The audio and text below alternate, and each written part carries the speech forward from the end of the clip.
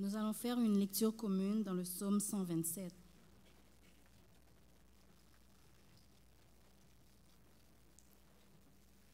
Vous y êtes?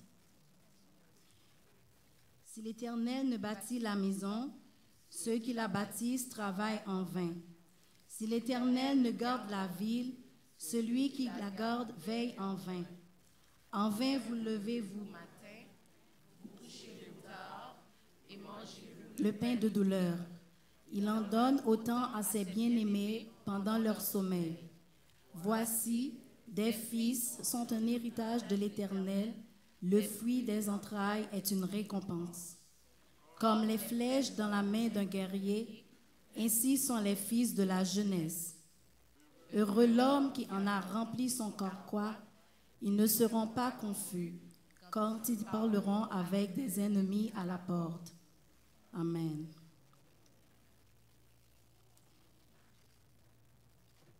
Et maintenant, nous allons chanter la doxologie. Mes yeux ont vu la gloire, 115 français, mélodie joyeuse.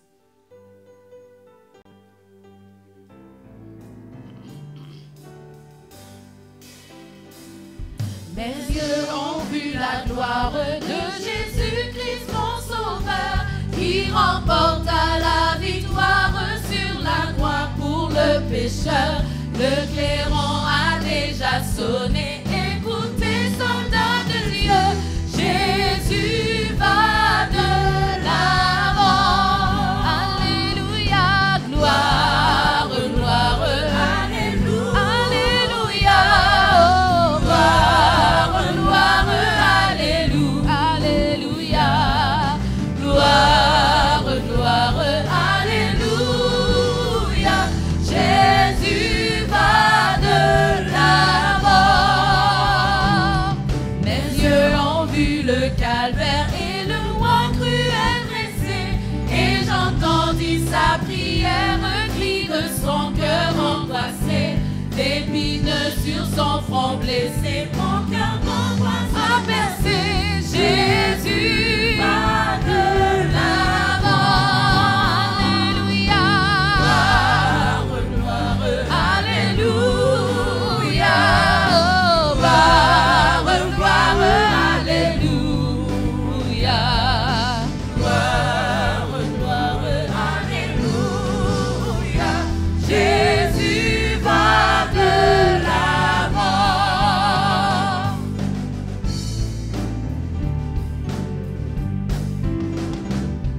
Au jardin, gloire au Père, je le vois ressuscité, le sceau brisé sur l'arrière, signe à sa divinité.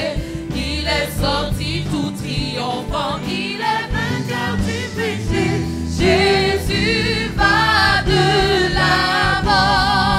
Gloire, gloire, gloire, alléluia, alléluia, gloire, gloire, alléluia, gloire, gloire, alléluia, Jésus va de l'avant. Alléluia, gloire, gloire, alléluia, gloire, gloire, alléluia, gloire, gloire, alléluia, Jésus va de l'avant. Crions, béni soit l'Éternel. Béni soit l'Éternel. Béni soit l'Éternel. À Dieu seul soit la gloire. À Dieu seul soit la gloire. À Dieu seul soit la gloire. Acclamons notre Seigneur. Acclamons-le. Pendant que vous vous asseyez, saluez-vous les uns les autres. Dites à la personne à côté de vous, je vous salue dans le nom de Jésus. Amen.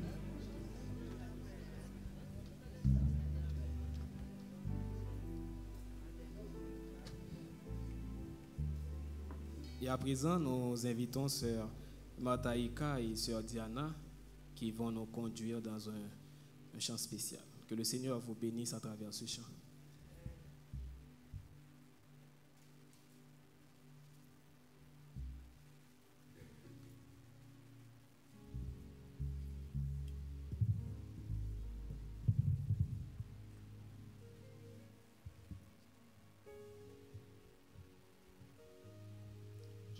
grâce de Dieu soit avec vous. Que la paix et la grâce de Dieu soient avec vous. Amen. En ce dimanche de la famille, on va chanter un petit chant, pas trop compliqué. Alors, comme je dis toujours, si vous le sentez, vous pouvez chanter avec nous. Et nous espérons que le Seigneur va nous bénir, pas juste vous, nous aussi, nous bénir par ce chant.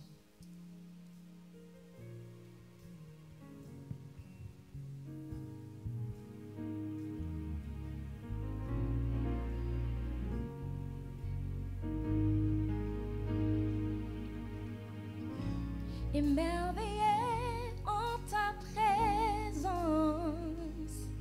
Seigneur, rien ne t'est impossible. Émerveillé en ta présence, sa joie me remplit d'espérance. Émerveillé en ta présence, Seigneur, rien ne t'est impossible. Émerveillé en ta présence, ta joie me remplit d'espérance. Il n'y a personne comme toi, Jésus. Personne n'est comme toi sur toute la terre. Il n'y a personne comme toi, Jésus. Personne n'est comme toi. Tu fais de grandes choses, tes œuvres sont glorieuses. Toi le Dieu fidèle, puissant est ton nom. Tu fais de grandes choses, tu fais de grandes choses. Tes œuvres sont glorieuses. Toi le Dieu fidèle, puissant est ton nom. Tu fais de grandes choses, tu fais de grandes choses. Tes œuvres sont glorieuses. Toi le Dieu fidèle, puissant est ton nom. Tu fais de grandes choses, tu fais de grandes choses. Tes œuvres sont glorieuses. Toi le Dieu fidèle, puissant est ton nom. Tu fais de grandes choses, tu fais de grandes choses. Tes œuvres sont glorieuses. Toi le Dieu fidèle, puissant est ton nom. Tu fais de grandes choses, tu fais de grandes choses. Tes œuvres sont glorieuses. Toi le Dieu fidèle, puissant est ton nom. Et nous chantons Alléluia, Alléluia, Alléluia. Chantons Alléluia, Alléluia. Réjouissons-nous, Alléluia, Alléluia. Il est puissant, puissant est ton nom. Alléluia, Alléluia. Nous crions Alléluia, Alléluia. Réjouissons-nous, Alléluia, Alléluia. Car il est puissant, puissant est ton nom. Alléluia, Alléluia. Nous chantons Alléluia, car notre Dieu est puissant. Alléluia, Alléluia. Car il est puissant, puissant est ton nom. Chantons Alléluia, prions Alléluia, Alléluia. Réjouissons-nous Alléluia, Alléluia. Car il est puissant, puissant est. On va dire puissant est son nom. Puissant est son nom. Puissant est son nom. Puissant est son nom. Puissant est son nom. Puissant est son nom. On va dire glorieux est son nom. Glorieux est son nom. Glorieux est son nom. Glorieux est son nom. Glorieux est son nom. On va dire merveilleux. Merveilleux est son nom. Merveilleux est son nom. Merveilleux est son nom. On va dire Jésus est son nom. Merveilleux est son nom. Jésus est son nom.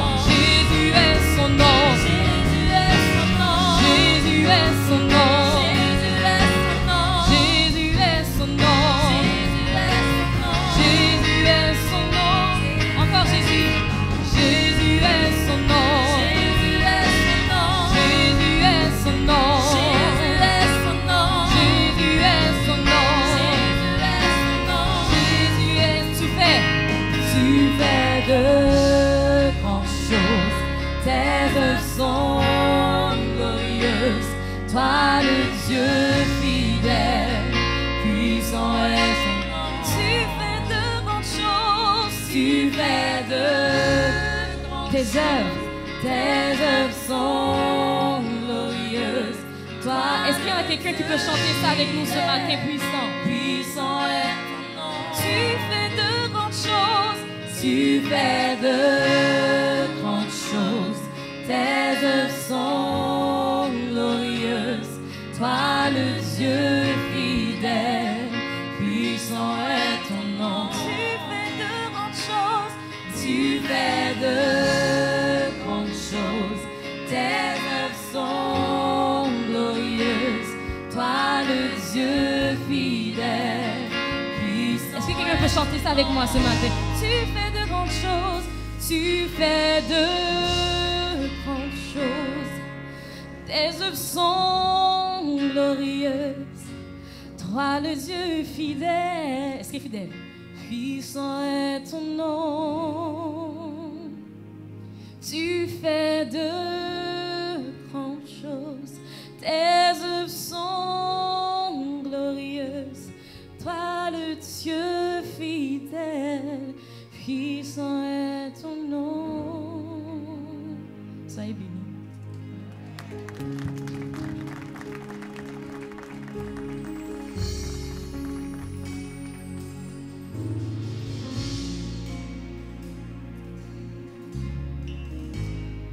J'aurais aimé entendre un plus grand applaudissement pour ce Seigneur qui fait de grandes choses, n'est-ce pas? Tu fais de grandes choses, tes œuvres sont glorieuses. Hein? Puissant est. Est-ce que son nom est puissant dans ta vie? Est-ce que vous avez fait expérience de la puissance de son nom? Eh bien, donnez-lui gloire, il le mérite bien. Bienvenue au pied du Seigneur et profitons ensemble de sa présence. Nous le remercions pour toutes ces bontés renouvelées à notre endroit qui fait que jour après jour, nous savourions les délices de la vie et de manière extraordinaire, sans que nous ayons rien fait, sans que nous l'ayons mérité. Mais le Seigneur pourvoit avec une si grande fidélité que nous avons tendance à prendre pour acquis les choses merveilleuses qu'il fait dans notre vie. Alors nous le remercions pour toutes ces bontés, tous ces soins, toute sa protection suffisante, toute puissante, toutes ces grâces immenses et éternelles et dont il nous comble pour que nous soyons enrichis à tous égards. Il y a des gens qui ont des millions qui sont malheureux. Et nous connaissons le Seigneur, nous sommes bien heureux. Un moment à ses pieds vaut mieux que 1000 autres ailleurs. Bienvenue à ses pieds, bienvenue à tout le monde, que le Seigneur vous bénisse. Nous allons saisir l'occasion pour accueillir nos visiteurs. S'il y a des visiteurs qui sont avec nous pour la première fois, veuillez vous lever et nous aurions aimé vous saluer dans le nom du Seigneur, donc visiteurs, visiteuses. Si vous y êtes pour la première fois, levez-vous, donnez-nous cette occasion de vous accueillir. Alors, bienvenue à tout le monde. Bienvenue à tout le monde. Que le Seigneur vous bénisse. Et bonne adoration. Dieu vous bénisse. Amen.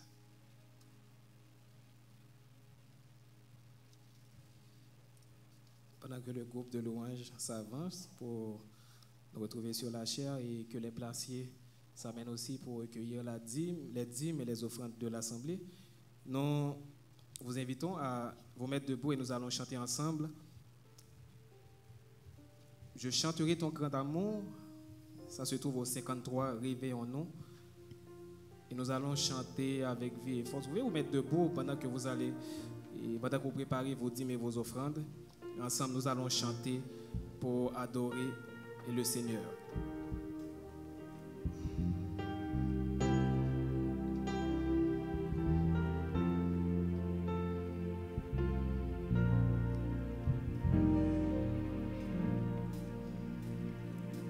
Je chanterai ton grand amour, l'hiver, l'été, la nuit, le jour, car cet amour est éternel, si grand, et pourtant si réel,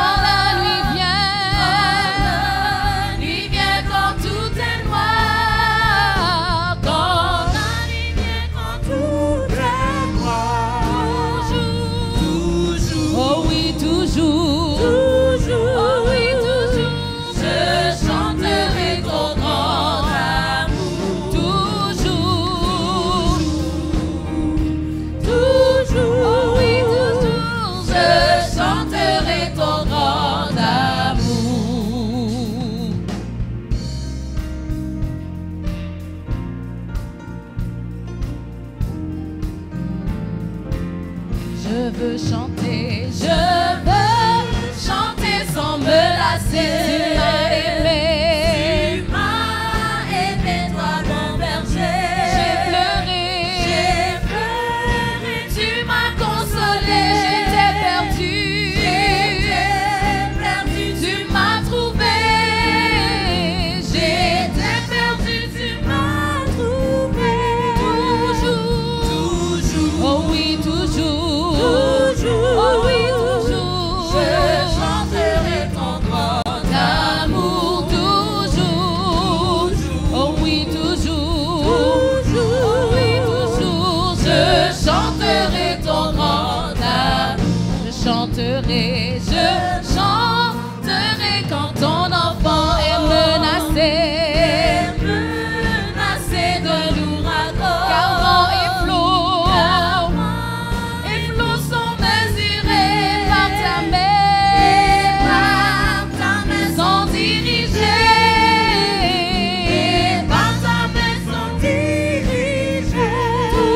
toujours, oui toujours, oui toujours. Je chanterai ton grand D'amour toujours, oui toujours, oui toujours. Je chanterai ton grand amour.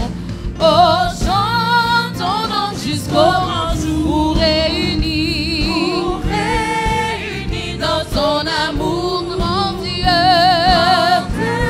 Nous verrons tes splendeurs et nous dirons de tout notre cœur et nous dirons de tout notre cœur. Toujours, oui toujours, oui toujours. Je chanterai Ton grand amour, toujours, oui toujours, oui toujours. Je chanterai Le cinquième, oh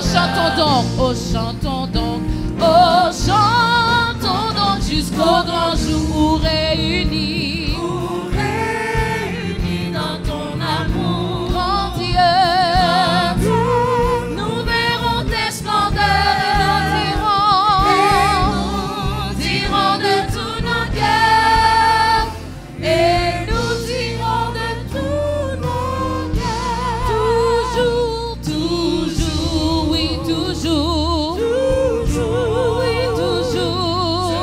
Je chanterai Ton grand amour toujours, oui toujours, oui toujours. Je chanterai ton grand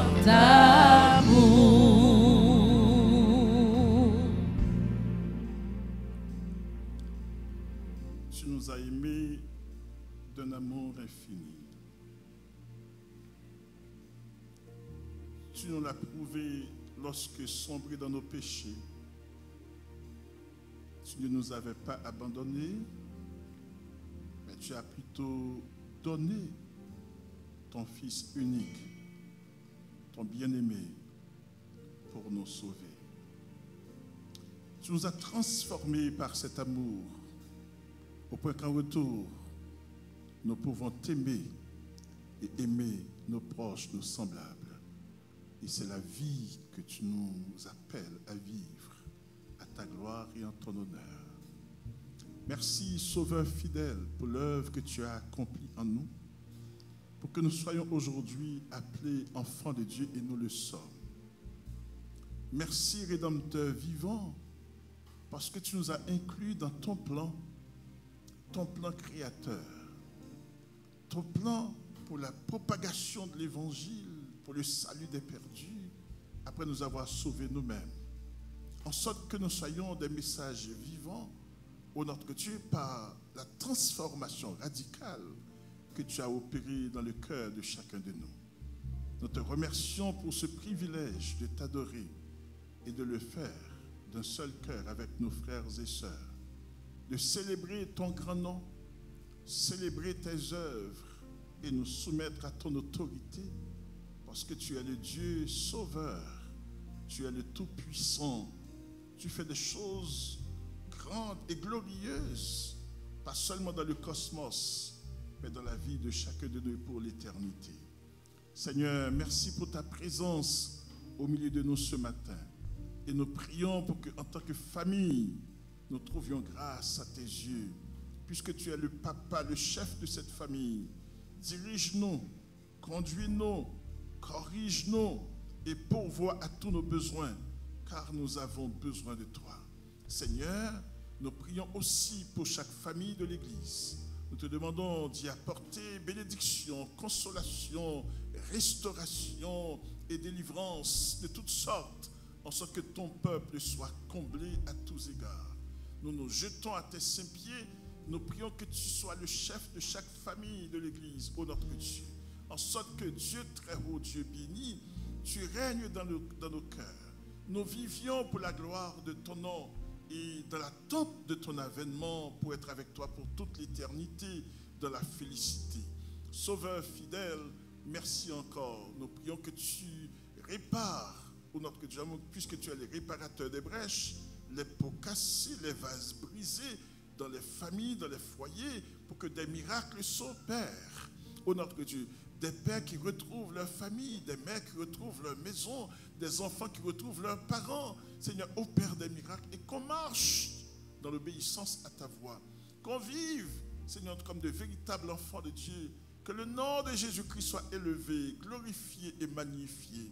Sauveur fidèle, marche au milieu de nous ce matin et bénis chaque famille de l'Église. Nous prions aussi pour ceux qui aspirent à fonder une famille, à fonder un foyer, qui attendent après toi.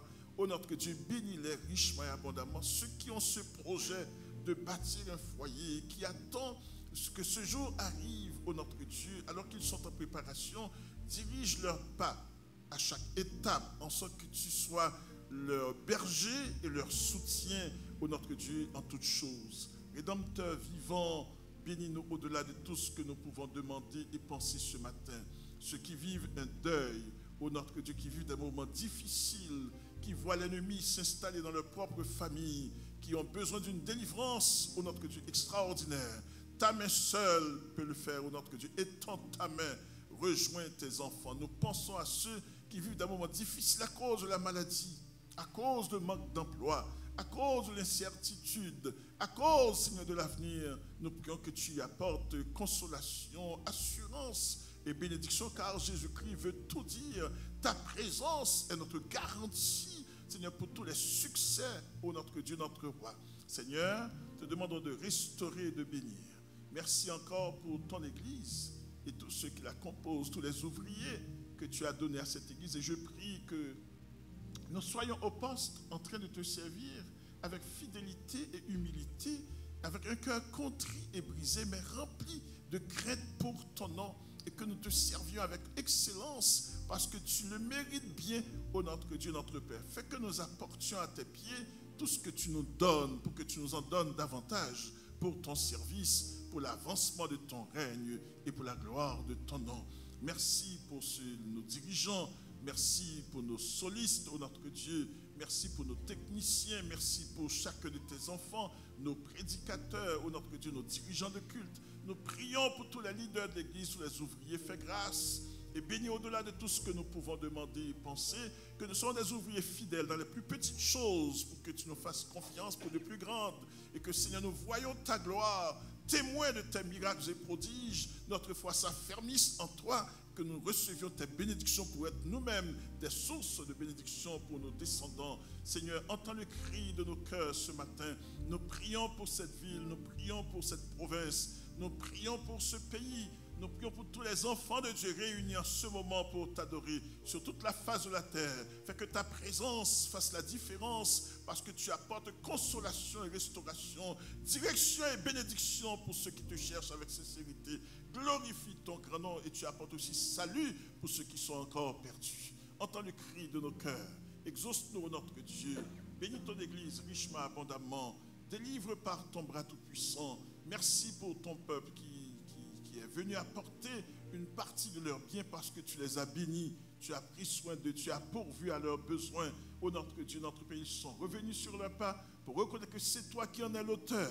Tu es digne de nos louanges. Reçois, ô notre Dieu, nos dîmes et nos offrandes que nous t'apportons comme expression de nos gratitudes notre Dieu, à cause de tes bénédictions. Nous prions, Seigneur, pour le messager du jour, nous prions pour le message de ta parole, nous prions pour le ministère de ton Saint-Esprit parmi nous et dans nos cœurs. Seigneur, nous voici assis à tes pieds. Bénis-nous, parle à nos cœurs. Fais-nous entendre ta voix. Saisis cette assemblée. Marche au milieu de nous, opère des miracles dans le cœur des plus jeunes comme des plus vieux. Fais éclater ta gloire. Et pour que nous nous approchions de toi, pour que nous vivions dans une totale consécration à toi, pour que, Seigneur, tu sois le maître en nous et que nous vivions pour la gloire de ton Saint-Nom. Complète cette prière. Exauce-nous, notre Dieu. Bénis ceux qui suivent ce service via Internet, notre Dieu, sur les médiums. Que ton nom soit glorifié et élevé. Rejoins-les, console le cœur. Exauce, bénis, pardonne et délivre par Jésus-Christ, notre précieux Sauveur et Seigneur, qui seul vit et règne dès maintenant, chaque jour et dans tous les siècles des siècles. Amen. La fontaine de l'eau vive jaillit pour nous, jaillit pour nous. La fontaine de l'eau vive jaillit pour nous toujours. Moi et ma maison, et ma maison, et ma maison. Moi et ma maison, nous servirons l'Éternel. Moi et ma maison, et ma maison, et ma maison. Moi et ma maison, nous servirons l'Éternel.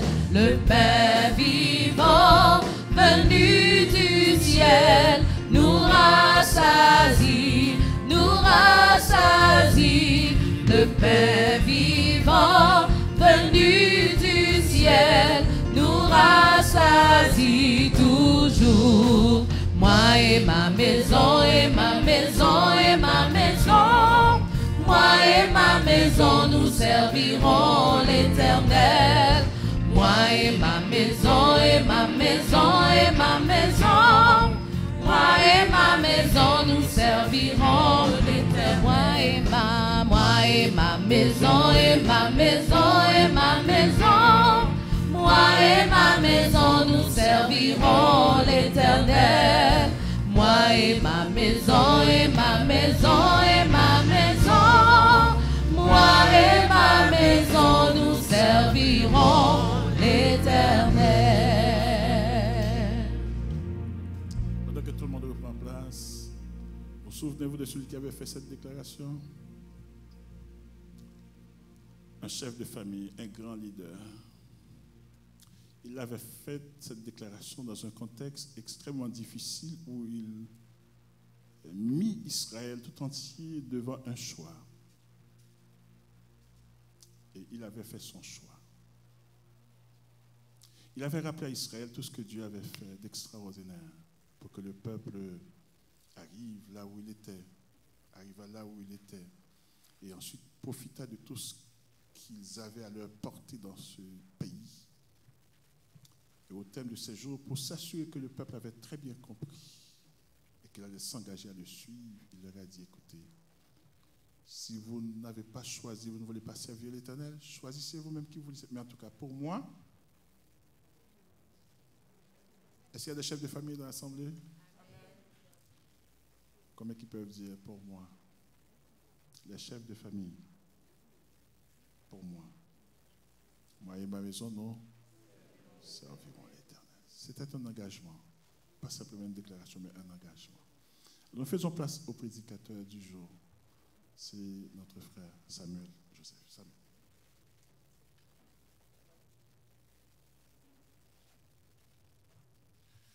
Que la paix et la grâce de Dieu vous soient. Peuple de Dieu, que la paix et la grâce de Dieu vous soient. Est-ce que vous êtes bénis ce matin? Alléluia. Prions le Seigneur. Seigneur Jésus, nous te disons merci, nous te rendons gloire pour le privilège que tu nous donnes ce matin d'être ici. Seigneur, ouvre nos oreilles pour que nous entendions ce que tu as à nous dire. Ouvre nos cœurs pour que nous puissions comprendre la parole. Et permets-nous de te voir d'une façon différente ce matin. Parle, Seigneur, tes enfants écoutent. Au nom de Jésus, nous te prions. Amen. Ce matin, j'aimerais vous parler d'une jeune fille. Une jeune fille qui a quand même grandi dans un environnement chrétien, qui a éventuellement développé une routine, un peu une routine pour ce qu'on appelle aller à l'église. Au niveau scolaire, elle excelle. Elle est parmi les meilleures de sa classe. Avec le temps, avec l'accumulation des expériences qu'elle a eues à son église, dans son environnement de façon générale, elle décroche un rôle, l'emploi de ses rêves. Peu de temps après, elle va épouser le jeune homme qu'elle considère idéal. Après quelques années, un bon matin, pendant qu'elle se présente au travail, elle entend qu'il y a des coupures majeures qui se passent chez son employeur. Elle s'assoit dans son bureau et réalise que tous les diplômes, tout ce qu'elle a pu accomplir, ne lui donne aucune garantie. Il ne peut pas lui garantir son poste. Pendant qu'elle est assise sur sa chaise, elle reçoit un courriel. C'est son supérieur qui lui convoque à son bureau pour lui parler. Permettez-moi de continuer cette histoire un peu plus tard. Le mois de février, c'est le mois des ouvriers.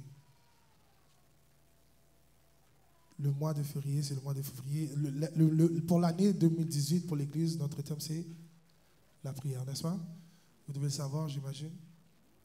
Nos ouvriers, notre sanctification et notre consécration. Vous êtes avec moi, vous le voyez, oui? Ce matin, j'aimerais vous partager ce que le Seigneur a mis sur mon cœur de vous enseigner ce matin. C'est ce que j'ai surnommé le DDJ. Le thème de mon message, c'est le DDJ. J'aimerais ça que vous puissiez ouvrir vos Bibles avec moi dans Matthieu, chapitre 28, le verset 16 et 20. Matthieu 28, verset 16 et 20, si vous avez vos Bibles avec vous. J'espère que vous les avez. Sinon, ça peut être vos cellulaires ou quoi que ce soit. Matthieu 28, verset 16. Je sais qu'on a dit de ne pas amener les cellulaires.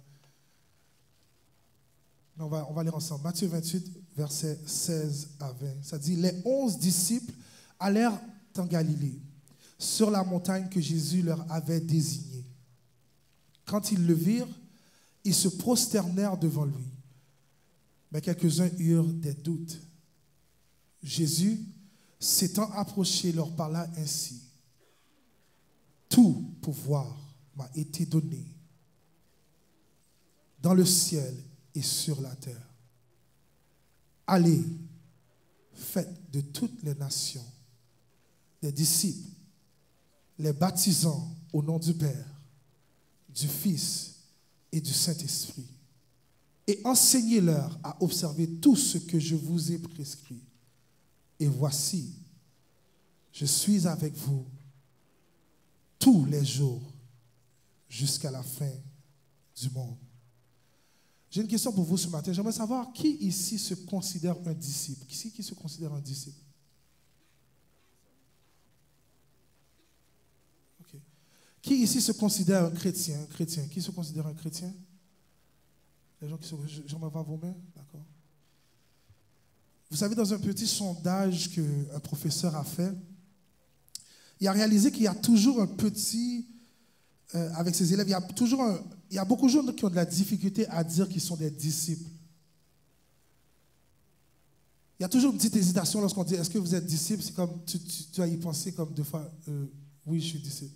Mais lorsqu'on dit « Est-ce qu'on est chrétien ?» on dirait qu'on se reconnaît par le terme « chrétien ». Puis, ce que j'ai réalisé, c'est souvent la misconception qu'on a de ce que veut dire, ou bien on a une mauvaise compréhension de ce que veut dire le mot disciple. Les gens savent tout simplement pas c'est quoi un disciple. Tout simplement pas c'est quoi un disciple. Et puis, pendant que je vous parle, peut-être qu'il y a des gens qui vont dire, mais Sam, un disciple, c'est vraiment simple. Un disciple, c'est quelqu'un qui sert Dieu, qui fait sa volonté, qui est à l'église, qui prie. Est-ce que c'est à peu près ça ce que vous avez dans votre esprit? Oui? Okay. Si je vous demandais de résumer ça en 2-3 mots, vous allez peut-être me dire, ben, un disciple, c'est un serviteur. Un serviteur. Et là, j'ai été voir vraiment, comme, encore une fois, la définition des serviteurs. Puis, dans la définition des serviteurs, c'est celui qui sert. En passant, le DDJ pour vous, le DDJ, c'est le disciple de Jésus. Le DDJ, c'est le disciple de Jésus. Celui qui sert. La définition des serviteurs, c'est celui qui sert. Quelqu'un qui est dans une institution, quelqu'un qui sert une institution, qui sert quelqu'un ou bien qui...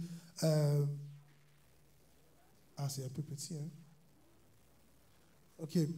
C'est celui qui sert quelqu'un, une institution envers qui, ou bien c'est celui qui sert envers quoi qu'il a un devoir. Dans le fond, c'est quelqu'un, lorsqu'on parle de serviteur, c'est quelqu'un qu'on lui dit de faire quelque chose et il le fait. OK, vous êtes avec moi? Lorsqu'on parle d'un serviteur, c'est quelqu'un qu'on lui dit de faire quelque chose et il le fait. Est-ce que serviteur, disciple, c'est la même chose? Mais c'est quoi vraiment un disciple? Pour vous permettre de comprendre la définition de ce qu'on appelle un disciple, j'aimerais vous amener vers le mot grec qui représente ce mot disciple, qui est mathetes. Mathetes. Et juste avant que tu me donnes la définition, j'aimerais ouvrir une petite parenthèse. J'aimerais que tu dises à ton voisin parenthèse. Dis à l'autre voisin parenthèse. Lorsqu'un prédicateur ou bien quelqu'un vous donne une définition d'un mot grec ou hébreu, ce n'est pas pour vous montrer que c'est un étudiant, il ne compte pas aller. OK? Ce n'est pas dans le but de faire comprendre que tu ne comprends pas, ou bien ils ont besoin de te donner un vocabulaire. C'est parce que dans le temps, la Bible, okay, la Bible était écrite en araméen. Puis à travers le temps, depuis le temps de Jésus, le monde a traduit la Bible. OK? Traduit la Bible soit en grec, en d'autres langues, à travers les années qu'ils ont suivi. Pour vous faire comprendre qu'est-ce que je veux dire, essaie de traduire le mot Amway à un Québécois. Ou bien Adjé. Quand tu vas essayer de traduire, tu es comme, ça veut dire, ben, il n'y a pas vraiment une façon de définir le mot Amway ou Adjé. Comme des fois, il y a des séries de proverbes haïtiens. On te dit les paroles et puis tu es comme, et puis il faut un déchiffrage total pour pouvoir comprendre qu'est-ce que la personne te dit. Ça veut dire que lorsqu'on vous fait une référence, par exemple, de grec ou hébreu, c'est pour essayer de vous permettre de comprendre exactement la naissance ou bien de faire comprendre qu'est-ce que la valeur de ce que le mot a. D'accord? Je ferme la parenthèse. Okay? On tourne à mathetes. Mathetes, c'est l'équivalent. L'équivalent, c'est le mot apprenti. Apprenti, un apprenti. Maintenant, un apprenti, c'est qui est dans le processus dans lequel un individu n'est pas en train de servir son maître. Okay? Dans lequel un individu n'est pas en train d'apprendre de son maître, mais plutôt apprend à devenir comme son maître. Est-ce que vous êtes avec moi? Ça veut dire l'apprenti, ce n'est pas quelqu'un qui apprend, qui regarde puis qui va servir le maître, qui va venir, il va dire, OK, tu as besoin de ça, d'accord, pas de problème. Tu as besoin de ça, ou bien on lui dit, va à droite, il fait juste aller à droite. On dit à gauche, reviens à gauche. Mais ce n'est pas quelqu'un même qui apprend c'est le mathetes, l'apprenti, qui est le disciple, apprend à devenir comme son. Est-ce que vous êtes avec moi? Dis à ton voisin comme son maître. Jésus, lui, a enseigné ses disciples à faire les choses comme lui, il le faisait. Jésus a servi d'exemple pour les disciples pour faire les choses comme lui, il le faisait. Je ne sais pas si vous avez déjà vu, je ne sais pas si vous avez des enfants ou bien des gens qui ont des frères et des sœurs dans du karaté, par exemple. Okay? Lorsqu'ils sont dans le karaté, au début, lorsqu'ils arrivent dans le karaté, ils commencent avec les petites ceintures blanches. Après ça, ça monte. Éventuellement, jusqu'à ce qu'il y ait la ceinture noire, il y a la ceinture jaune, vert. Il y a toutes sortes de ceintures. Des fois, tu as l'impression c'est qu'on veut te prendre ton argent pour qu'ils continuent à monter. Mais il y a toutes sortes de ceintures. Jusqu'à ce qu'ils arrivent à la ceinture noire. Pour ceux qui le savent, j'ai une affinité particulière par rapport aux habits. J'aime beaucoup les habits. Et une chose que j'ai compris, c'est qu'avec le temps, quelqu'un qui fait de la couture, okay? Au début, quand tu commences à faire de la couture, ça arrive tellement de fois que tu vas mettre la manche à l'envers. Mon qui compte couture, est-ce que vous êtes avec moi? Tu es pressé, tu fais l'affaire, tu mets le morceau, et puis pendant que tu mets, et puis, voilà, tu sors le morceau, et puis, ah, Seigneur. Tu vois que la manche est mise à l'envers.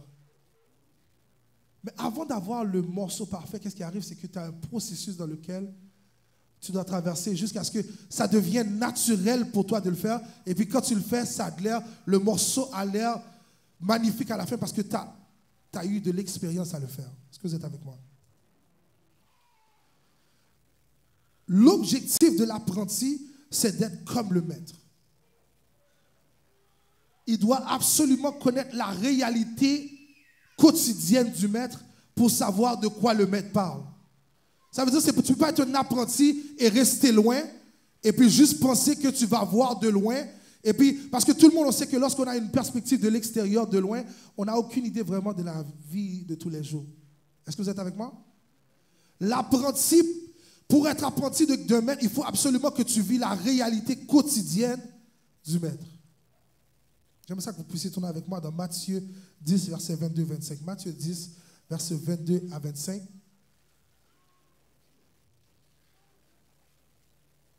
Il suffit aux disciples d'être traités comme son maître et aux serviteurs comme son. Ils sont appelés, s'ils ont appelé le maître de la maison Belzébul, à combien plus forte raison l'appelleront-ils ainsi les gens de la maison? Moi, j'ai besoin du verset 22. Le verset 22 qui dit « Vous serez haïs de tous à cause de mon nom. Mais celui qui persévérera jusqu'à la fin sera... » Après le verset 23, ça dit « Quand on vous persécutera dans une ville, fuyez dans une autre. Je vous le dis en vérité, vous n'aurez pas achevé de parcourir les villes d'Israël que le Fils de l'homme sera venu. » Et puis là, ça dit « Le disciple n'est pas plus que le maître, ni le serviteur plus... » Après, on retourne au verset 25. Qui dit, il suffit aux disciples d'être traités comme son maître et aux serviteurs comme son Seigneur. S'ils l'ont appelé le maître de la maison de Belzébul, à combien plus forte raison l'appelleront-ils ainsi les gens de la maison? Ça veut dire qu'à la base, tu dois connaître la réalité. Quand ça va arriver, ça veut dire que si, pour pouvoir arriver à donner le produit final, pour pouvoir être capable d'avoir le produit final ou de devenir la ceinture noire, il faut que tu aies pratiqué, il faut que tu sois imprégné dans cette réalité-là. Et ça se peut que dans ta réalité de tous les jours, ça n'aille pas bien. Ça n'aille pas bien. Mais vous savez qu'est-ce que j'ai réalisé du disciple? Le disciple ne fonctionne jamais seul. Est-ce que vous êtes avec moi? Le disciple ne fonctionne jamais. Est-ce que vous êtes avec moi, Bethesda? Le disciple ne fonctionne jamais seul. Maintenant qu'on a une idée exactement de la définition du disciple, j'aimerais qu'on tourne avec moi dans 1 Corinthiens 12, versets 18 à 27. 1 Corinthiens 12, versets 18 à 27, qui dit « Maintenant, Dieu a placé chacun des membres dans le corps comme il l'a voulu. Si tous étaient un seul membre, où serait le? Maintenant donc, il y a plusieurs membres et un seul. L'œil ne peut pas dire à la main, je n'ai pas besoin de toi. Ni la tête dire aux pieds, je n'ai pas besoin de. Vous êtes avec moi, on lit ensemble? Mais bien plutôt, les membres du corps qui paraissent être les plus faibles sont nécessaires. Et ceux que nous estimons être les moins honorables du corps, nous les entourons d'un plus grand honneur. Ainsi, nos membres les moins honnêtes reçoivent le plus d'honneur. Tandis que ceux qui sont honnêtes n'en ont pas besoin. Dieu a disposé le corps de manière à donner plus d'honneur à ceux qui en manquaient, afin qu'il n'y ait pas de division dans le corps, mais que les membres aient également un soin les uns des autres. Et si un membre souffre, tous les membres souffrent avec lui. Si un membre est honoré, tous les membres se réjouissent avec. Vous êtes le corps de Christ et vous êtes ses membres. Chacun. Le disciple ne peut pas fonctionner tout seul. Et vous allez réaliser que, qu'est-ce qu'on veut dire par là? Vous allez réaliser que quelqu'un qui est aveugle peut quand même marcher. Quelqu'un qui est aveugle peut quand même fonctionner. Est-ce que vous êtes avec moi? Tu peux manquer une main, tu peux toujours fonctionner. Le disciple ne peut pas marcher seul. Ce que la Bible nous dit, c'est que, dans le fond, le pluriel du mot disciple, c'est l'Église. Est-ce que vous êtes avec moi? Le pluriel du mot disciple, c'est... Est-ce que vous êtes avec moi? Le pluriel du mot disciple, c'est l'Église. Maintenant, je ne sais pas si vous pouviez voir la citation ici, mais une Église est une communauté de disciples qui ont été appelés individuellement et collectivement dans une relation avec Dieu. Le pluriel du mot disciple, c'est Église. Et encore une fois, l'Église en grec, c'est Kyriakos. OK? Dans Kyriakos, il y a Kyrios, qui est Seigneur. OK? Je ne sais pas grec, non? OK?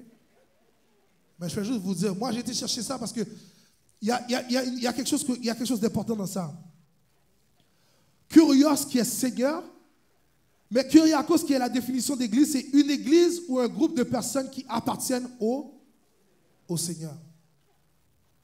Ça veut dire, dans le fond, l'église même, c'est des disciples qui se sont mis ensemble pour adorer le Seigneur ensemble. Parce qu'ils comprennent que je ne peux pas être un œil tout seul, je ne peux pas être un pied tout seul, je ne peux pas être une bouche tout seul. On fonctionne en... C'est d'ailleurs pourquoi les cellules de prière sont importantes. Les services sont importants. Les services sont importants. Que vous persévériez, c'est important. Parce qu'à la fin de la journée, qu'est-ce qui arrive? C'est que quand tu es dans la cellule, quand tu viens à l'église, tu as une opportunité avec les autres frères et sœurs de pouvoir grandir. Tu as une opportunité de pouvoir échanger, d'apprendre des gens qui sont autour de toi. Et ce que j'ai compris de ça, c'est que puisque le pluriel du mot disciple, c'est l'Église, ça veut dire que tu ne peux pas fonctionner tout seul. Tu ne peux pas fonctionner tout seul. Et ça me fait penser que, est-ce que tu penses que si tu es un disciple, tu peux ne pas persévérer? Est-ce que selon vous, si vous avez pris la définition de ce qu'un disciple est, est-ce que tu penses que c'est possible pour un disciple de ne pas persévérer? Je vous pose la question. Vous savez, Bethesda, être un disciple n'est pas une chose que l'Église fait. C'est ce qu'elle est. Est-ce que vous êtes avec moi? Être un disciple n'est pas quelque chose que l'Église fait. C'est ce qu'elle est.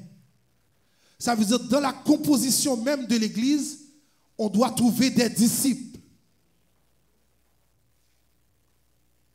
On doit trouver des disciples. J'aime bien la prochaine citation qui est là. La prochaine citation, ça dit, c'est un proverbe africain qui dit, si vous voulez aller vite, allez seul. Si vous voulez aller loin, allez-y en.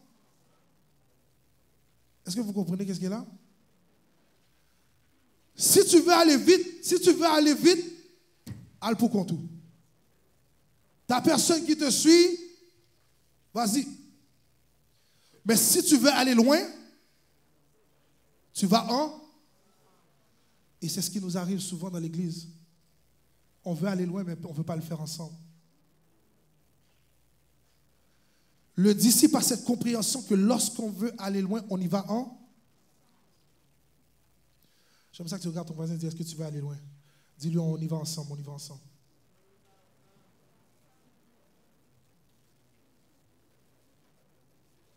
Vous savez, qu'est-ce que ça fait? C'est que ça permet que lorsqu'on y va ensemble, c'est que la personne qui a un peu plus d'expérience va pouvoir déposer un peu plus en dedans de toi pour te permettre de, toi aussi, d'avancer en même temps.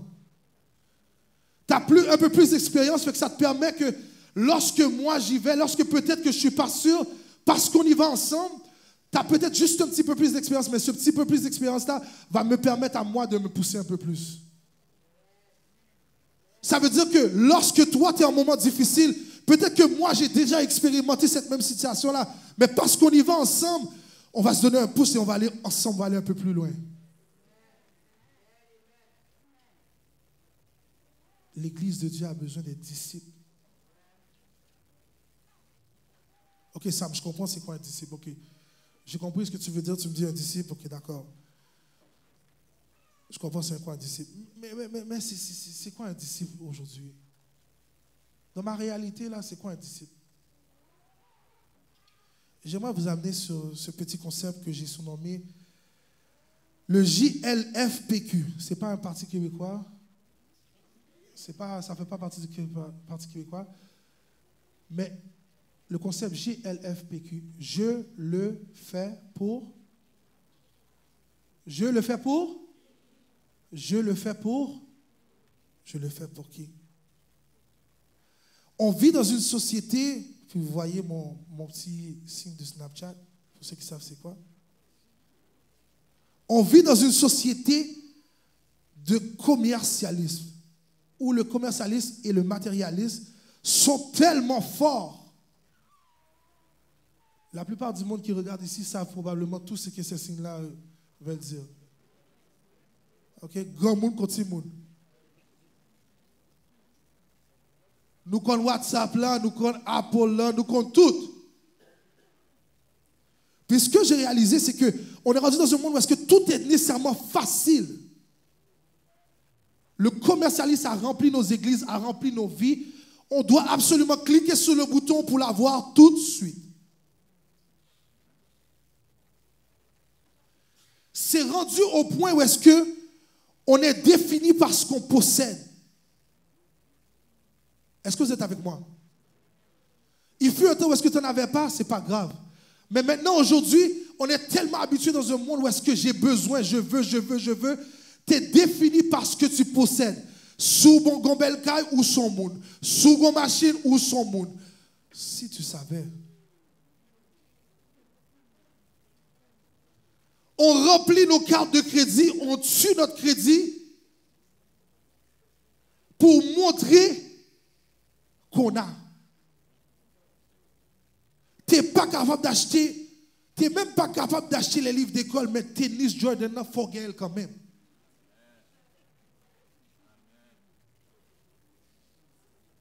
Guys, c'est à un autre niveau.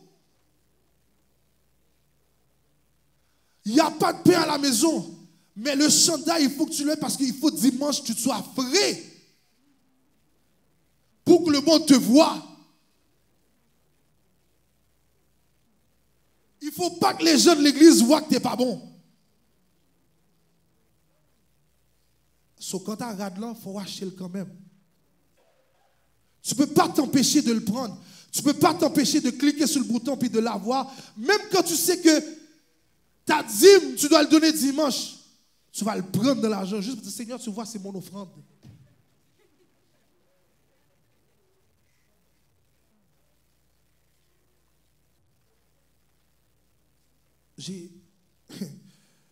Vous savez, tu peux avoir toutes ces choses, mais est-ce que tu es vraiment satisfait?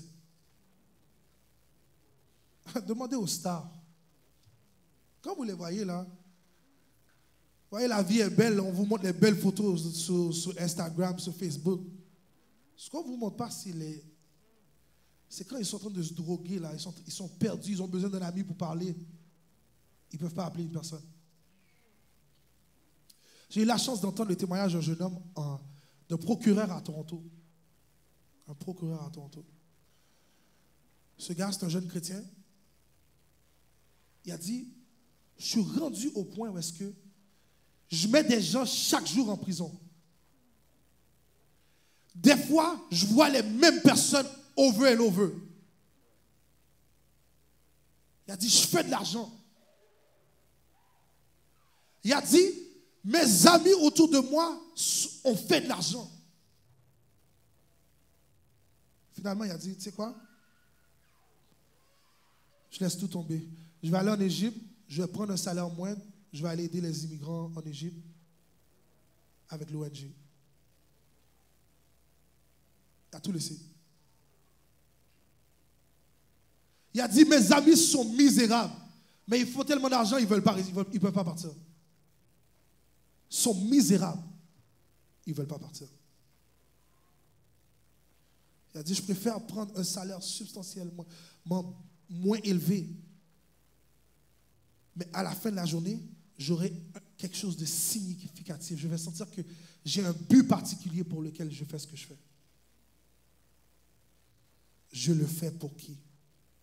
Tu le fais pour qui? Vous savez qu'est-ce qui nous arrive maintenant? On est rendu dans une culture où est-ce que c'est soit l'épanouissement personnel ou c'est comme on fait le choix entre l'épanouissement personnel ou bien l'auto-agrandissement. On veut faire qu'on a l'air d'être grand. Devant le monde, il faut montrer que tout ce que tu fais, c'est pour que le monde voit. Ta prière, c'est pour que le monde voit. Ton chant, c'est pour que le monde vienne après te dire, oh frère, ma soeur, tu m'as béni ce matin. Ton auto, c'est pour que le monde dise, oh, belle machine. Oui, le Seigneur a béni.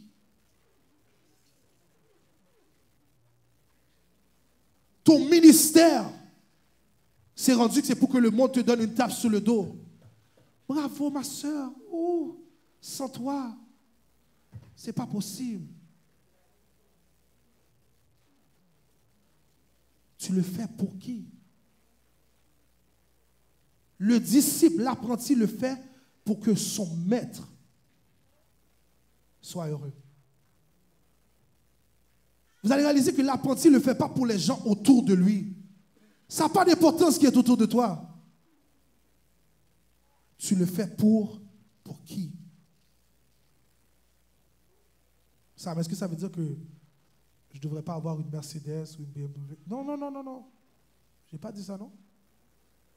Si Dieu t'a béni dans ça, et que tu sais que c'est un produit de ce que Dieu t'a donné, gloire à Dieu. Mais viens pas faire le grand pampan pour me montrer que vous avez une machine pour faire me connaître que je n'ai pas une machine.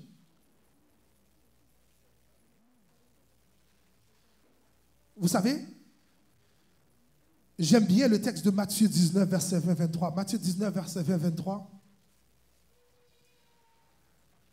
Ça dit, le jeune homme lui dit, j'ai observé toutes ces choses. Ça, c'est le jeune homme, ça, c'est le texte du jeune homme riche. OK?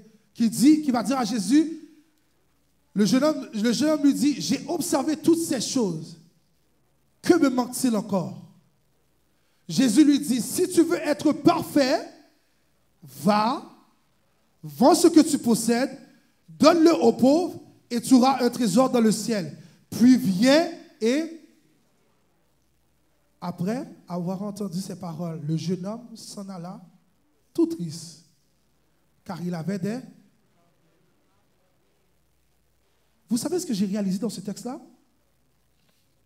Dans plusieurs des paraboles, Jésus ne renvoie jamais les gens chez eux. Hein. Dans celui-là en particulier, il a dit au jeune homme, va vendre ce que tu as et puis reviens. Et puis là, j'ai compris une chose. Il y avait une différence entre ce jeune homme riche et tous les autres. Lui était attaché à ses biens.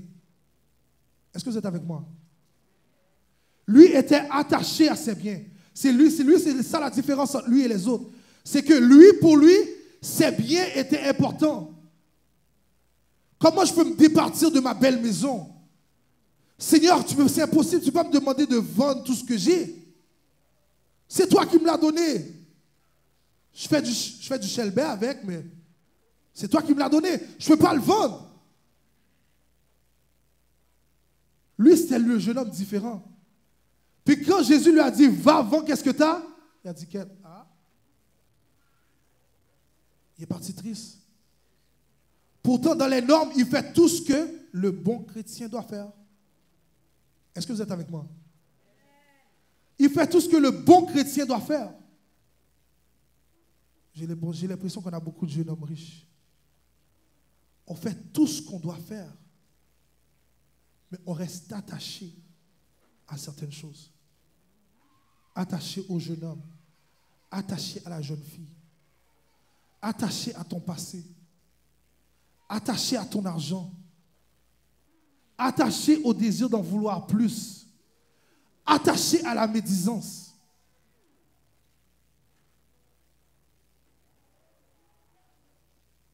Est-ce que tu es attaché?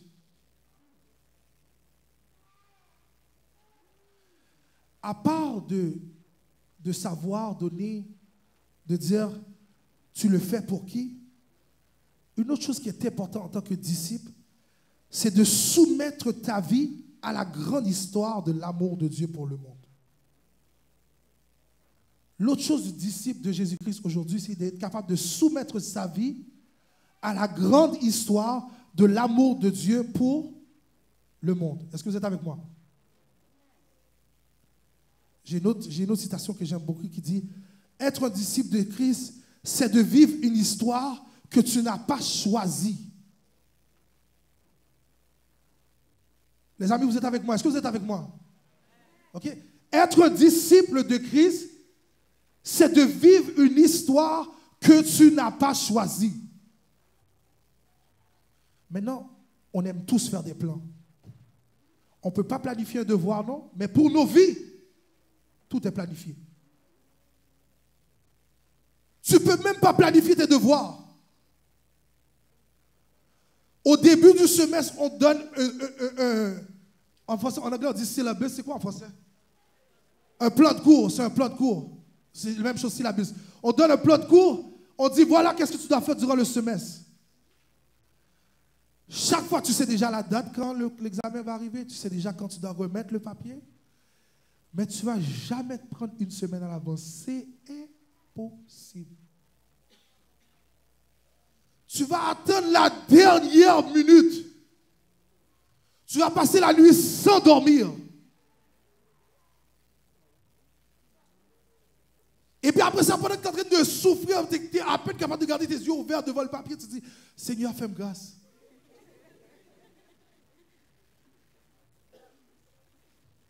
Tu as reçu ton papier, tu sais depuis le plan de cours, depuis septembre. Mais ta vie, tout est organisé. Seigneur, à 25 ans, il faut que je me marie. Seigneur, à tel moment, il faut que je fasse ça. Tel moment, il faut que tu me donnes une voiture, Jésus. Mais vous ne trouvez pas ça bizarre? On choisit ce qu'on veut planifier. Et puis on dit, oui, le Seigneur. Être un disciple de Christ, c'est de vivre une histoire que tu n'as pas choisie. Ok, Marc 8, verset 34 à 38. Marc 8, verset 34 à 38. Qui dit, puis, ayant appelé la foule avec ses disciples, il leur dit, Si quelqu'un veut venir à moi, qu'il renonce à lui-même, qu'il se charge de... Et il me... Ok. Après ça dit, car celui qui voudra sauver sa vie, là, mais celui qui perdra sa vie à cause de moi et de la bonne nouvelle, là, et que sert-il à un homme de gagner tout le monde s'il perd son... Que donnerait un homme en échange de son âme? Car quiconque aura honte de moi et de mes paroles au milieu de cette génération adultère, ça veut dire en 2018, en 2019, en 2020, 2021, si Dieu te permet de le voir, dans cette génération adultère et pécheresse, le Fils de l'homme aura aussi honte de lui quand il viendra dans la gloire de son Père et avec les... Le disciple doit prendre sa croix. Ok, je ne sais pas combien de fois je dois dire ça, mais la vie chrétienne, la vie d'un disciple, ce n'est pas une vie rose.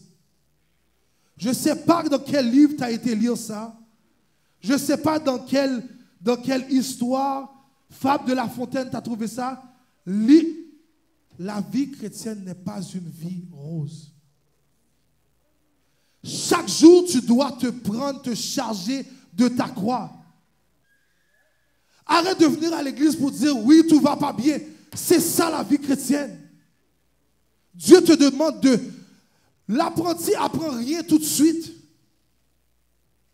Chaque jour, tu dois te lever et dire, il faut que je m'assure d'être dans la bonne direction. Je dois valider que je suis dans le bon chemin. Constamment. Ce n'est pas quand ça tente. Constamment, tu dois valider ça. Soumettre sa vie à la grande histoire de l'amour de Dieu pour le monde. Puis j'ai pensé à ça. C'est quoi soumettre sa vie dans la grande histoire de l'amour de Dieu pour le monde? Pense à l'amour de Dieu pour le monde comme un film. Pense à ça comme un film. OK? Le scénario de l'amour de Dieu se trouve dans Jean 3, 16, qui dit, car qu'il a donné son Fils afin que ne périsse point, mais... Ok, ça c'est l'amour de Dieu, ça c'est le film, ça c'est l'idée comme on parle d'un film d'action, on parle de ci, on parle de ça, ça c'est l'idée du film. Ok? Maintenant, le scénario de l'amour de Dieu, pas le scénario, ce qui se passe dans l'environnement, le temps dans lequel ça se passe, le contexte du film, là où tout se passe. Tournez avec moi dans Matthieu 25. Matthieu 25, verset 37 à 40. Matthieu 27, verset 35 à 40, ça dit, les justes lui répondront, Seigneur, quand t'avons-nous vu avoir faim et t'avons-nous donné à manger? Ou avoir soif et t'avons-nous donné à boire? Quand t'avons-nous vu étranger et t'avons-nous revêtis ou nus et t'avons-nous vêtus? Quand avons-nous vu malade ou en prison et sommes-nous allés vers toi? Et le roi leur répondra, je vous le dis en vérité, toutes les fois que vous avez fait ces choses à l'un de ces plus petits de mes frères, c'est à moi que vous l'avez fait. Le contexte de l'amour, du film de l'amour de Dieu, c'est l'Église. Je vais répéter pour que vous compreniez. Le contexte de l'amour de Dieu, où est-ce que les gens doivent vivre l'amour de Dieu sur terre? C'est à l'Église. Je ne pense pas que vous avez compris. Ça veut dire là, quand les gens parlent de où t'avons-nous vu sans manger, t'avons-nous donné à boire? Où t'avons-nous vu sans habits, sans argent, t'avons-nous donné à manger? L'Église devrait être l'extension de l'amour de Dieu. Ça veut dire que quand les gens rentrent dans cette porte-là, l'amour de Dieu devrait déborder. Okay, merci aux 4 personnes qui ont compris ça. Lorsque les gens rentrent dans l'Église, on ne peut pas les regarder mal. On devrait déborder de l'amour de Dieu. Parce que tu es dans le contexte du film de l'amour de Dieu. Lorsque les gens franchissent la porte, tu ne peux pas être en train d'abaisser les gens qui sont autour de toi. Tu ne peux pas être en train de tuer les gens par les paroles que tu dis. Tu ne peux pas être en train de regarder les gens mal par leurs vêtements. Ils n'en ont pas make-up de yo, bayo. Et pas nous pas dire amen. Ah. On préfère parler. Amène la soeur aller dans un magasin, paye-lui les choses. Arrête de parler. Fais des actions. L'amour de Dieu. À la place de me rabaisser pour me dire, j'ai pas, donne-moi. L'extension de l'amour de Dieu. Arrêtons de juger les gens. L'extension de l'amour. L'Église devrait être l'extension de l'amour de Dieu. Pour que les gens qui regardent puissent dire, ouh, le monde est chaotique, mais si tu vas à l'église, tu vas trouver l'amour de Dieu là.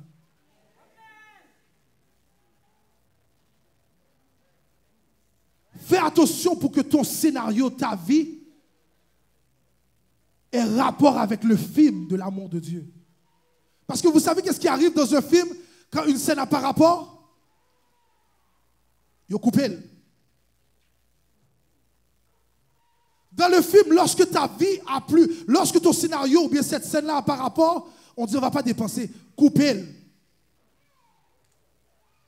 Ça veut dire que quand tu vas arriver au ciel, fais attention pour que ta vie ait rapport. Fais attention pour que ta vie ait rapport. Demande à ton voisin, est-ce qu'il y a rapport? Est-ce que tu as rapport? Est-ce que tu as rapport?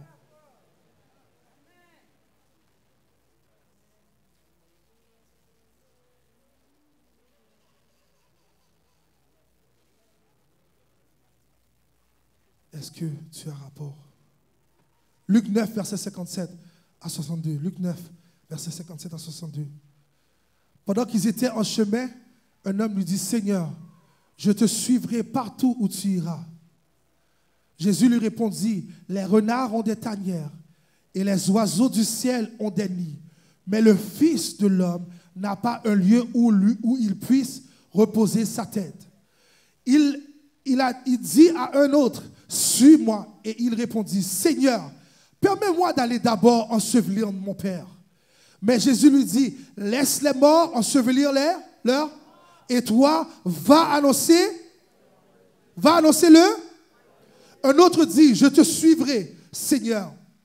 Mais permets-moi d'aller d'abord prendre congé de ceux de ma maison. Jésus lui répondit, quiconque met la main à la charrue et regarde en arrière n'est pas propre au royaume. Vous savez qu'est-ce que j'ai compris de ce verset cette semaine? On a tous des réalités. On a tous des choses qui sont importantes pour nous. Pour toi, c'est peut-être ta famille. Pour un de ses disciples, c'était d'aller ensevelir son père. Pour un autre disciple, c'était d'aller dire à sa famille, écoute, je m'en vais, je vais suivre Jésus. Fais-moi grâce, je ne vais pas pendant petit temps. Nawem. C'est normal que tu aimes ta famille. C'est normal que tu as développé un lien qui est important. C'est normal que tu leur dis tout. Mais vous savez qu'est-ce que j'ai réalisé de Luc 9, verset 57 à 62? Dieu n'a pas besoin de volontaires.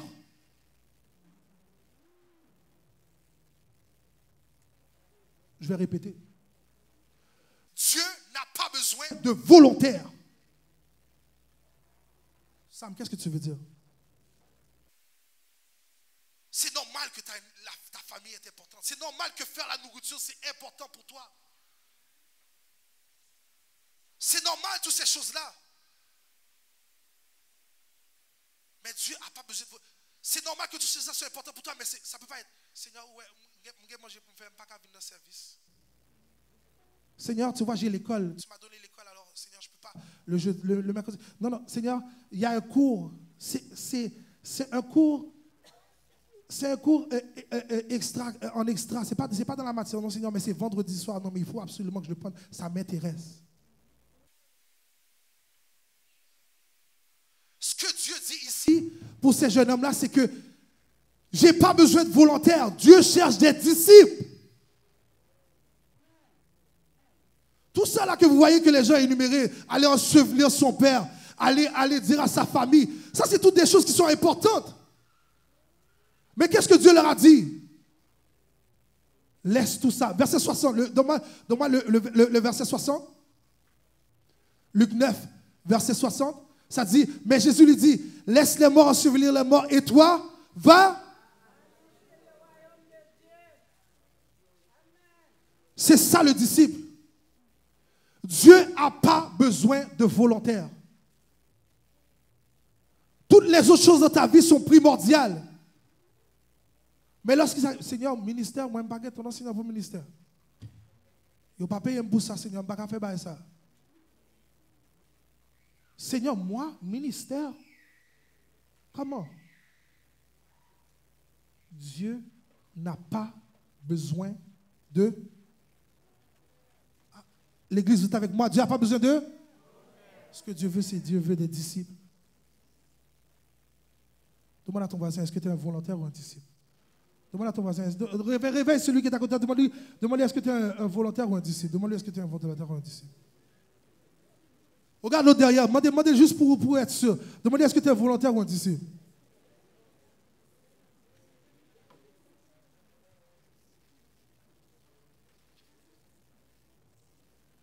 Je vais terminer.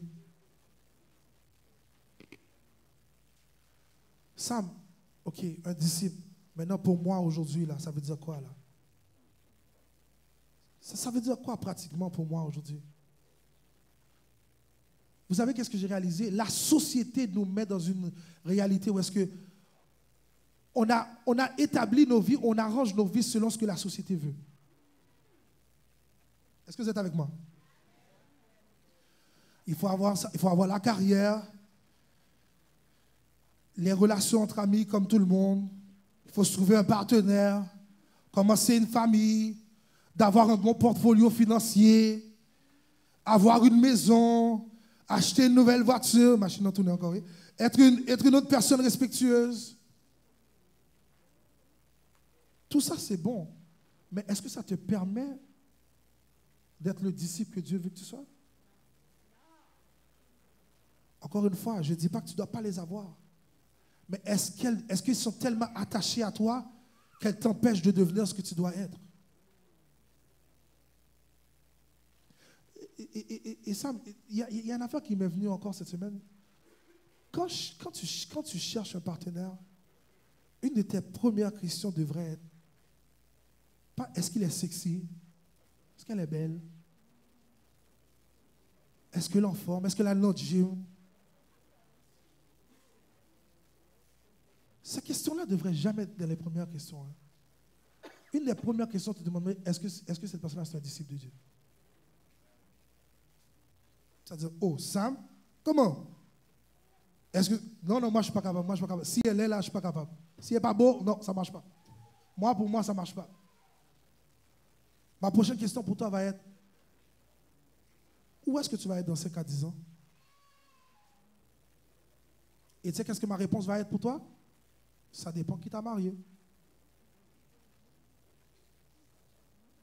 L'idée de mettre sexy j'en voulais là. L'idée de mettre belle j'en voulais là. Si ce n'est pas un disciple de Jésus-Christ, ça va mal se passer, c'est garanti. Est-ce que vous êtes avec moi, guys? Je suis très sérieux sur ce que je vous dis. C'est pour ça que je te dis que dans tes premières questions, ce n'est pas est-ce qu'elle est belle, est-ce qu'elle est sexy, est-ce qu'elle est intelligente, est-ce qu'elle a un travail. C'est est-ce que cette personne est un disciple de Jésus-Christ?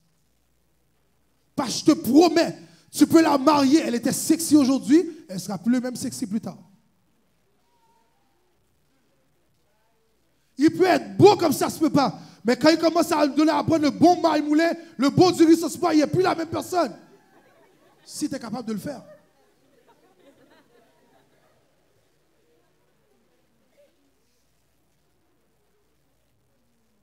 Tes premières questions devraient, est-ce qu'il est un disciple de Jésus?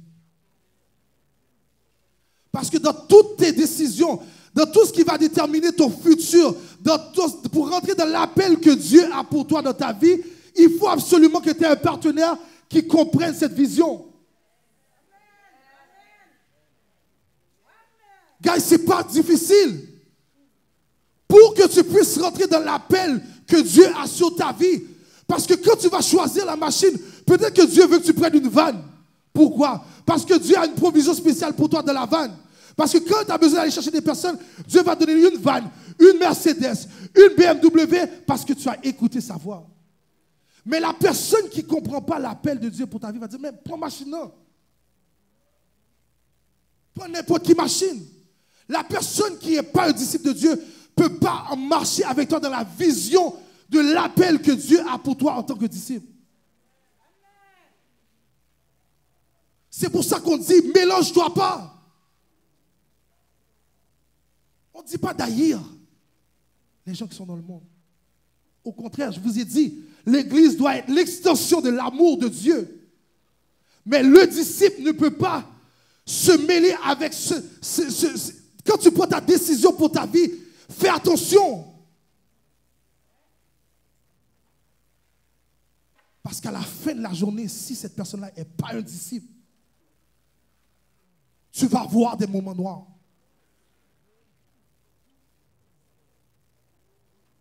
Tu vas avoir des moments difficiles. Et puis, une autre parenthèse. Dis à ton voisin, parenthèse. Je dois finir. Quand tu vois que tout le monde autour de toi a un petit son négatif sur la personne, il y a quelque chose à regarder sur qu'est-ce qui se passe.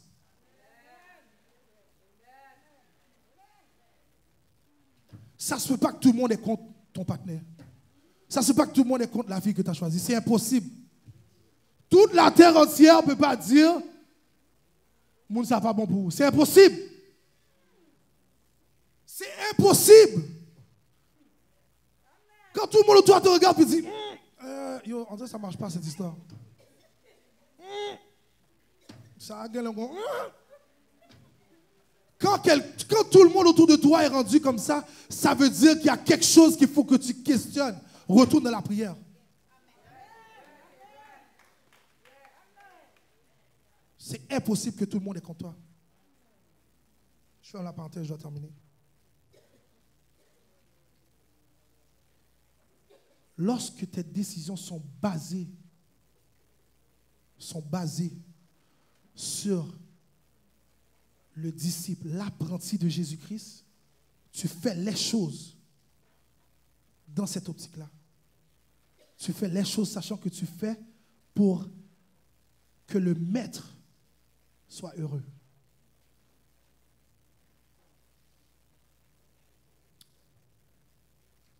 Je vais terminer ce matin avec deux choses.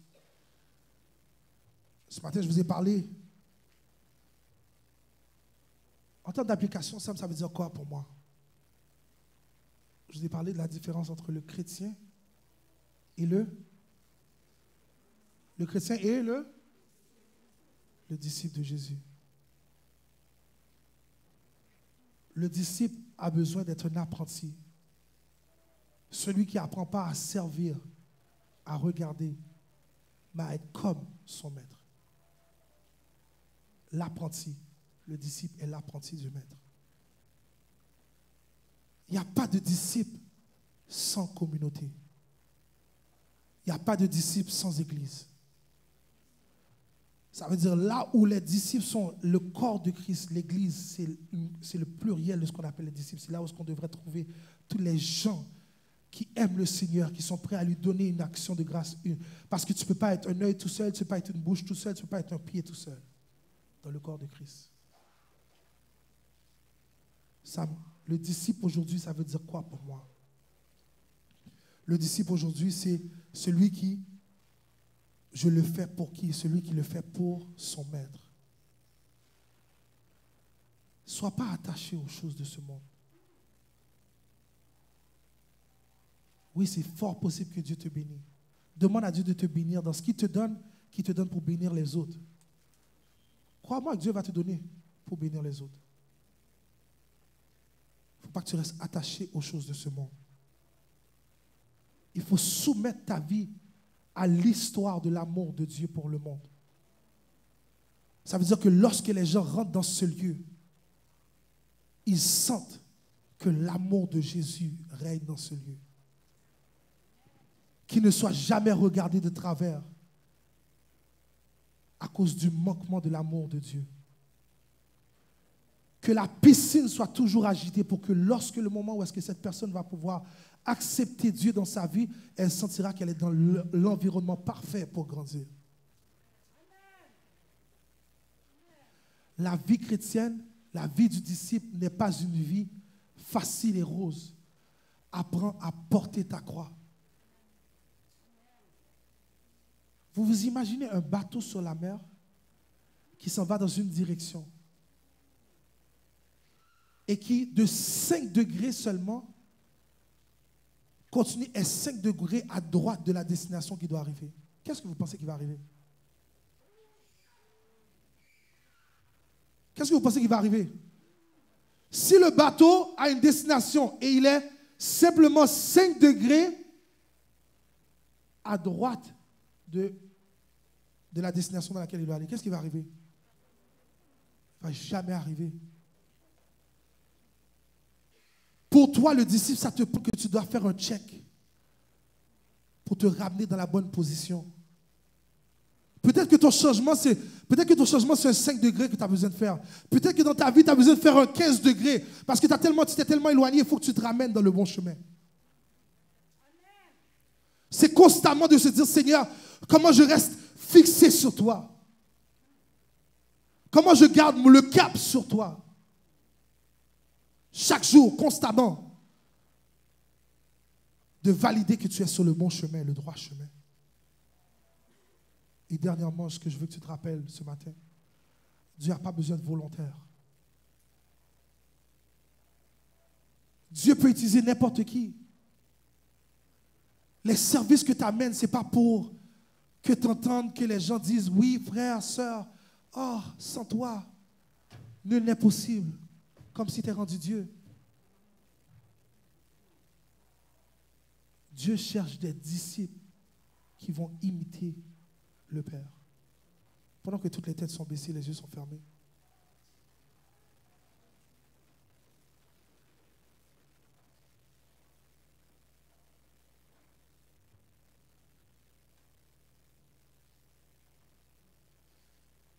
J'aime beaucoup ce chant qui dit « La voix du Seigneur m'appelle. Prends ta croix et viens sur moi. » Ça dit « Je réponds, Sauveur fidèle. Me voici, je suis à toi. » Puis il y a une partie du chant qui dit « Jusqu'au bout, je veux te suivre. Dans les bons, les mauvais jours. À toi pour mourir et vivre. À toi, Jésus, pour toujours. » Peut-être que ça fait longtemps que le bateau de ta vie est en train de rouler à 15 degrés à la droite. Peut-être que tu as réalisé que tu es devenu parfait à l'art d'être un serviteur. Mais tu n'avais peut-être pas compris ce qu'un disciple voulait dire. Ce matin, si c'est toi, j'aimerais t'inviter, pendant que les yeux sont fermés, les têtes sont baissées, on va. Si c'est toi, tu as réalisé que ça fait longtemps que tu es un peu sur 5 degrés à droite ou 10 degrés à gauche, ou bien même tu es rendu même à 90 degrés de ta destination, puis tu réalises qu'aujourd'hui, c'est ton moment pour comprendre que tu dois être un disciple de Jésus-Christ. Si c'est toi, je veux que tu lèves la main au-dessus.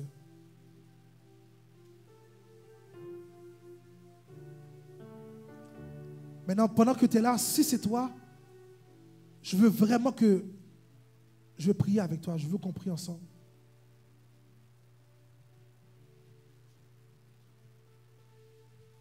Parce que le 5 degrés peut te faire manquer l'éternité céleste.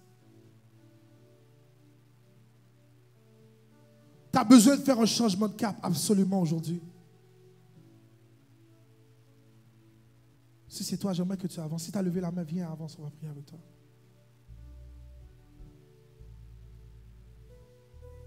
N'aie pas peur.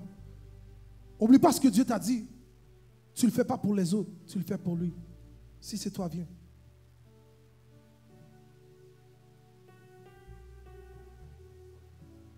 Pendant que les yeux sont fermés, nos têtes sont baissées. T'inquiète pas, prends le moment juste avec toi et ton Dieu. Dis Seigneur, ça fait longtemps que je réalise que je n'étais pas le disciple que tu voulais que je sois. J'ai planifié toutes mes autres choses. Je ne planifie pas l'école, mais j'ai planifié toute ma vie, mais j'ai oublié de te mettre dans ce que je faisais. Viens, viens, peu importe qui tu es. Pendant que tes yeux sont fermés, garde tes yeux fixés sur Dieu. Dieu a quelque chose de spécial pour toi ce matin.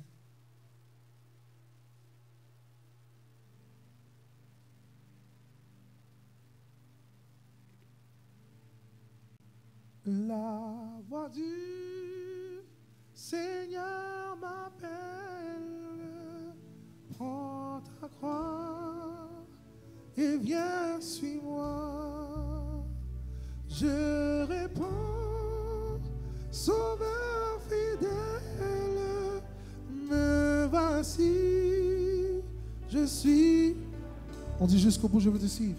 Jusqu'au bout, je veux te suivre.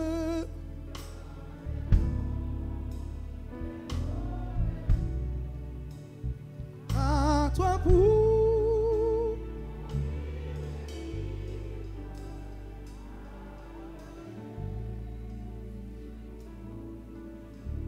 Pendant que tout le monde garde les yeux baissés, je te donne encore une autre opportunité. Le Seigneur l'a dit. N'aie pas honte de lui, pour que le jour où est-ce que tu vas monter, il n'ait pas honte de toi. Peut-être que ça fait longtemps que tu pédales sur la mauvaise direction. Mais Dieu est venu te dire aujourd'hui, viens, rebrousse chemin. Prends ta croix. Tu réalises que ça ne va pas être facile. Si c'est toi, viens. Je te donne une dernière opportunité, on va prier ensemble. Jusqu'au bout, je vais te suivre dans les bons, les mots. Ah.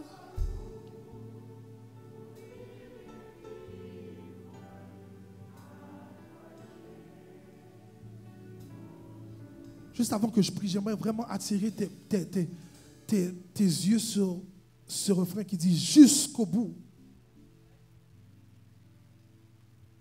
Ce n'est pas quand ça va bien, quand ça va mal. Ce n'est pas juste quand tout va bien. Seigneur, jusqu'au bout, je veux te suivre. Dans les bons comme dans les mauvais jours. Seigneur, même si je dois y laisser ma vie. Seigneur, je comprends que je vais être un disciple pour toi. Pendant que nos yeux sont fermés, nos têtes sont baissées, je vais prier pour vous. Laissez-moi vous dire, la décision que vous faites, faites-la en sachant que malgré que vous devez chaque jour prendre votre croix, que vous allez le faire, parce que vous servez le grand Dieu et que vous comprenez l'appel que Dieu a mis pour vous. Et Dieu va ouvrir des horizons spéciales pour vous. Croyez-le ce matin. Pendant que vous avez vos têtes baissées, je vais prier. Seigneur Jésus, nous voici devant toi. Seigneur, pendant longtemps, on a peut-être même grandi dans un environnement chrétien. Seigneur, on a vécu toute notre vie. Mais Seigneur, aujourd'hui, tu nous appelles à un carrefour. Et tu vois tes enfants ont compris, Seigneur Dieu, mon Père Céleste, qu'ils veulent changer de cap. Le 5 degrés les a amenés loin, Seigneur. Le 10 degrés les a amenés loin. Mais Seigneur, aujourd'hui, ils sont venus te dire, Seigneur, prends le contrôle de ma barque. Prends le contrôle de ma vie, Seigneur Jésus. Parce que je comprends que le but ultime, c'est de te ressembler. Seigneur, vois leur vie ce matin. Qu'ils soient transformés en toi. Que ce ne soit pas juste un sujet de conversation pour un moment, Seigneur Dieu. mais qu'ils puissent t'expérimenter d'une façon spéciale ce matin. Donne un changement de cap, Seigneur Jésus, je t'en supplie. Fais éclater ta gloire dans leur vie. Donne-leur de te voir d'une façon différente. Seigneur Jésus, donne à Bethesda d'être une église, Seigneur Dieu, remplie de disciples qui vont démontrer, qui vont être l'extension de ton amour sur terre. Pour nos voisins, pour les gens qui nous entourent, pour nos collègues de travail, pour nos collègues à l'école, Seigneur Jésus. Je t'en supplie, Seigneur Jésus. Dis un mot dans nos vies ce matin. Donne-nous d'être des vrais disciples. Donne-nous de laisser la vie de volontaire de côté, Seigneur Jésus, pour te suivre. Pour toujours. Toutes ces choses, nous te les prions. Non parce que nous sommes dignes, mais en ton Fils Jésus, qui vit et qui règne au siècle des siècles. Que le Seigneur vous bénisse, qu'il vous fortifie, qu'il vous donne la force de continuer